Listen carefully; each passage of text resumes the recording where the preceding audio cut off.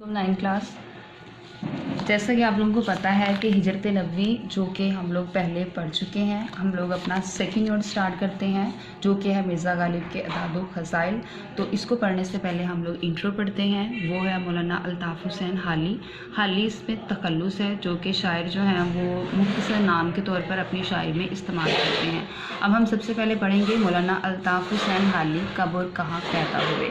अब जो है हम लोग सन लिखेंगे 1837 को ये पैदा हुए थे और पानीपत में पैदा हुए थे, ठीक है।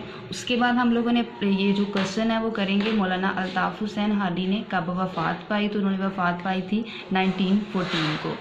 और अब हम लोग पढ़ेंगे कि ये कब जो है ये आए हिंदुस्तान में। तो वो हम लोग पढ़ेंगे, इनके जो बुज़ुर्ग थे वो गियासुद्दीन बलबन के ज़माने में हिंदुस्तान आए थे। अब भी मौलाना अल्ताफ़ हुसैन हाली जो 9 वर्ष के ही थे कि इनके वालिद साहब का इंतकाल हो गया और इनकी जो अब परवरिश थी वो इनके भाइयों ने की थी। उसके बाद इनकी तलीम का सिलसिला आता है। तो तलीम की अभी इनकी जो तकमील थी वो दिल्ली के जो बड़े बड़े आलिम थे उनकी सोहबत में हुई थी। गालिब और शफीता की सोहबत से बतौर ख़ास फैज़याब हुए। फैज़याब का मतलब होता है फ़ायदा उठाना।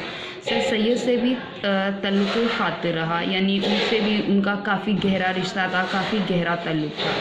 उसके बाद जब ये दोनों जो शायर थे शफीता और गालिब, इनकी वफ़ात के बाद, इनके इंतकाल के बाद वो लाहौर आ गए। यहाँ मैंने ज़िक्र किया था हिंदुस्तान का, अब मैं ज़िक्र कर रही हूँ लाहौर का।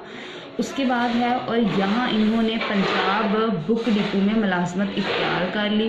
यहीं वो अंग्रेज़ी अदबियात का मतलब यानी इंग्लिश लिटरेचर जिसे हम लोग कहते हैं उसको भी उन्होंने मुतारफ़ करवाया। उन्होंने जदीद तर्ज़ की नज़में लिखी। जदीद का मतलब होता है नए और तर्ज़ का मतलब होता है तरीक़ा। और उर्दू शायरी की इस्लाह का बेरा उठाया।